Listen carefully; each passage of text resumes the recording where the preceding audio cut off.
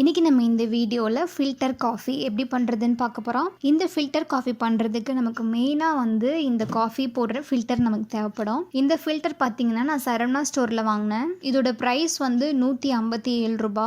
இது 0 சைஸ்லேருந்து கிட்டத்தட்ட 6 சைஸ் வரைக்குமே இருக்குது. இது பேசிக்கான ஒரு சைஸ் தான். இப்போ நான் வாங்கியிருக்கிறது 0. இது ரொம்பவே ஸ்மால் சைஸ் தான். இது நீங்கள் வாங்கி வச்சுக்கிட்டீங்க அப்படின்னா இதை 4 பேர் வரைக்குமே நம்ம இதை யூஸ் பண்ணி ஃபில்டர் போட்டுக்கலாம். ஒருவேளை உங்களுக்கு இது கடையில் கிடைக்கல அப்படின்னா இதோட லிங்க் நான் டிஸ்கிரிப்ஷனில் கொடுக்குறேன். இதை நீங்கள் செக் பண்ணி பார்த்துக்கலாம். இப்போ நான் இதை ஓப்பன் பண்ணி காட்டுறேன் பாருங்கள். இப்போ ஃபஸ்ட்டு லேயர் கீழே இருக்க அடியில் உள்ள லேயரில் என்ன இருக்கும்னு பார்த்தீங்கன்னா அந்த காஃபி நல்லா ஃபில்டர் ஆகி அதில் உள்ள காஃபி தண்ணி கீழே கலெக்ட் ஆகிடும். மேலே உள்ள அடுக்கில் பார்த்தீங்கன்னா சின்ன சின்ன ஹோல்ஸ் மாதிரி இருக்கும். அதுலேயே சின்னதாக ஒரு ரவுண்டு தட்டு நமக்கு கொடுத்துருப்பாங்க.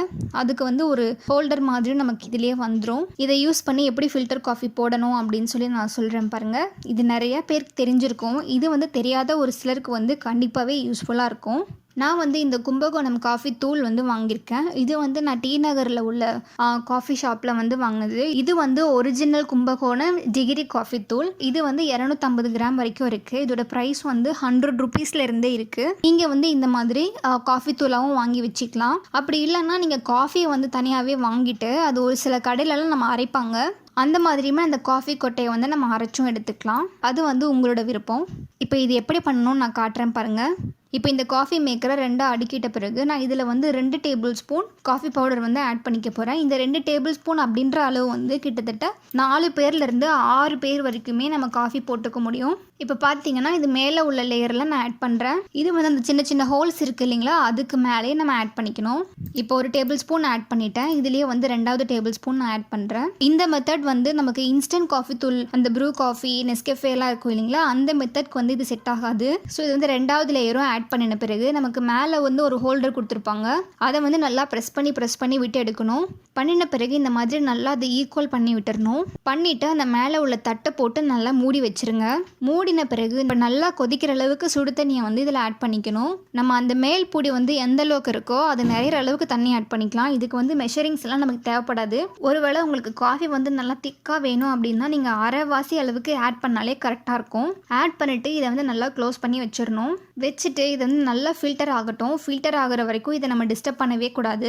நல்லா சூப்பரான ரொம்ப டேஸ்டான காஃபி வேணும் அப்படின்னா 2லேருந்து 4 மணி நேரம் நீங்கள் வச்சு எடுத்தீங்கன்னா உங்களுக்கு சூப்பரான காஃபி கிடைக்கும். இல்லை உங்களுக்கு வெயிட் பண்ணுறதுக்கு டைமே இல்லைன்னா நீங்கள் ஓவர் நைட் நீங்கள் தூங்குறதுக்கு முன்னாடியே காஃபி போட்டு இந்த மாதிரி வச்சிட்டீங்க அப்படின்னா நமக்கு காலையில் சூப்பரான காஃபி நம்ம இந்த ஃபில்டர் காஃபி யூஸ் பண்ணி நம்ம காஃபி போட்டுக்கலாம். ஒருவேளை உங்களுக்கு டைம் இல்லை அப்படின்னா நீங்கள் 1/2 ஹவர்லேருந்து 1 ஹவருக்குள்ளேயே கூட எடுத்துக்கலாம்.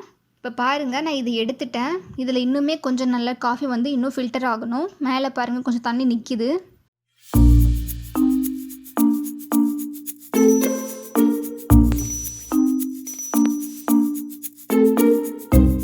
இதில் ரொம்ப சூப்பரான காஃபி எல்லாம் நல்லா ஃபில்டர் ஆகி கலெக்ட் ஆகி வந்திருக்கு பாருங்கள்.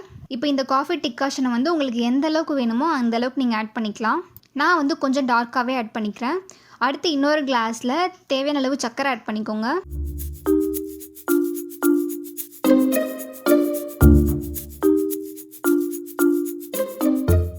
அதிலே நல்லா சூடாக காய்ச்சின பாலை ஆட் பண்ணிவிட்டு நல்லா 2 டம்ளர் வச்சு நல்லா ஆற்றி எடுத்துக்கணும்.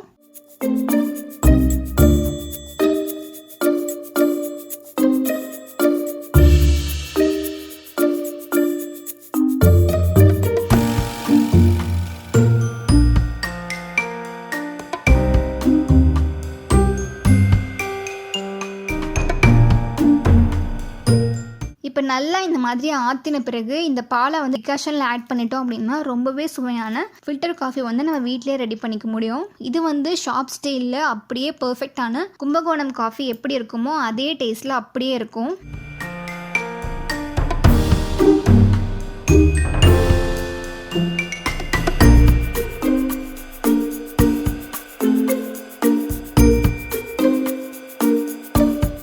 நீங்களும் காஃபி லவர்ஸாக இருந்தீங்க அப்படின்னா கண்டிப்பாக இந்த கும்பகோணம் காஃபி நீங்களும் ட்ரை பண்ணி பாருங்கள். இந்த வீடியோ உங்களுக்கு யூஸ்ஃபுல்லாக இருக்கும் அப்படின்னு நினைக்கிறேன். கண்டிப்பாக ஃபில்டர் காஃபி எப்படி போடணும்னு தெரியாதவங்களுக்கான ரெசிபி மட்டும்தான் இது. இதை ட்ரை பண்ணி பார்த்துட்டு எப்படி இருக்குன்னு சொல்லி எனக்கு கமெண்ட்டில் சொல்லுங்கள். Thank you so much.